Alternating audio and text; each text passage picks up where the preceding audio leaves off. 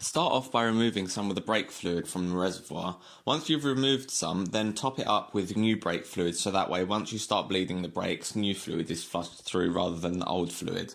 To bleed the brakes, usually you start from the furthest brake away from the master cylinder and then you work your way to the closest one. To start off with, all you have to do is locate the bleed nipple. Once you've located the bleed nipple, then you have to take off the little rubber boot which stops it from getting corroded and filled with dirt.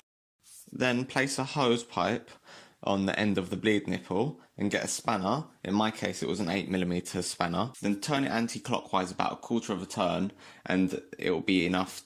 Once you start pressing the brakes, you should begin to see the old fluid coming out and the new fluid start to work its way through as it becomes clearer compared to the old fluid that was in there before.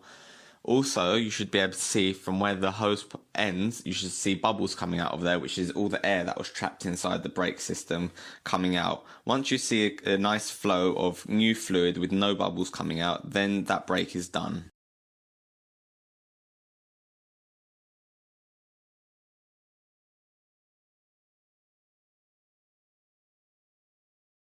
After you've done each brake, go and check the fluid reservoir to make sure that the fluid hasn't dropped below the amount that it should be.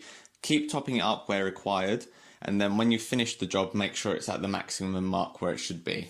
Once you're finished bleeding the brakes, spray it with brake cleaner just to make sure all the brake fluid is all cleaned, and then wipe it off with a paper towel.